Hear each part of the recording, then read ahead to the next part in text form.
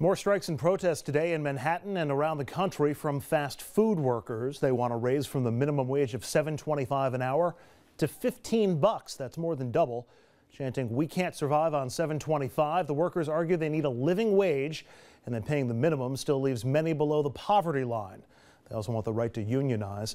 Several Democratic mayoral candidates appeared at today's rally in support of the workers. Christine Quinn, by the way, booed loudly by the crowd in several different reports. So we've seen this before. This issue about the minimum wage has come up before.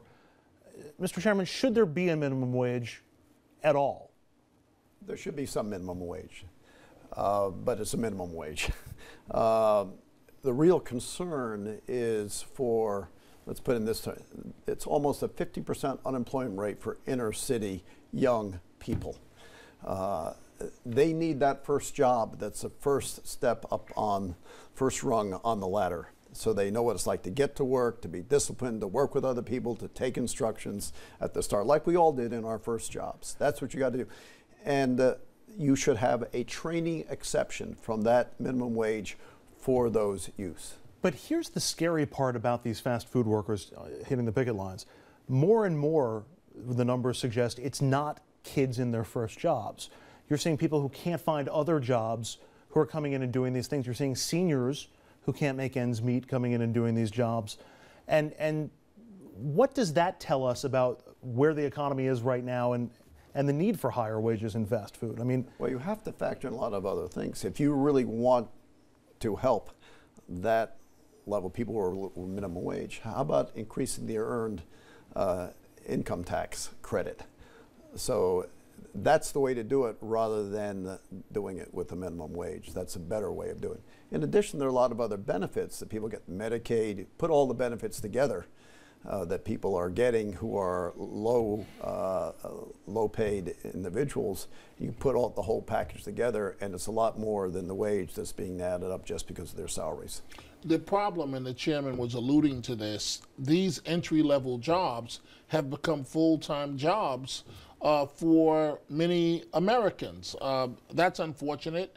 I wish many people of these people that work at these jobs would have furthered their education or will go back to school. Mm-hmm. But let's put that aside for 1 second. We're going to have this argument over a living wage, a minimum wage. I think we'll all be old men and back again before anything changes. The right says you can't go up on the increasing the minimum wage. It's going to cost you jobs. The chairman can give you the entire talking points. And then the left says it's needed, it's needed. All I can tell you is it's very hard for people to live off the incomes that they're forced to live off on. Now, that doesn't mean that their employers are responsible for just giving them an increase. I mean, it's a very difficult argument. And businesses, you know, they want to keep their expenses down as best they can. So the least that they have to pay workers to come in and do their jobs, that's what they're going to do.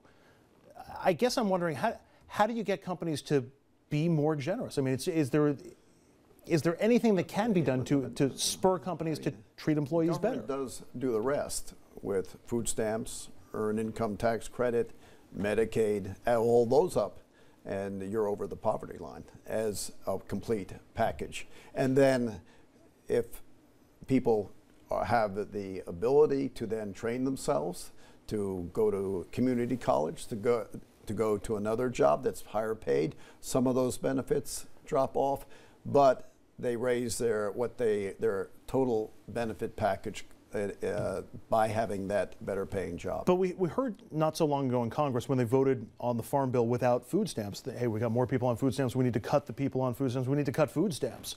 Is it really right that somebody has a job in this country and still needs food stamps to get over the poverty line? That's the method, that's what we have. Look, the poverty line is what?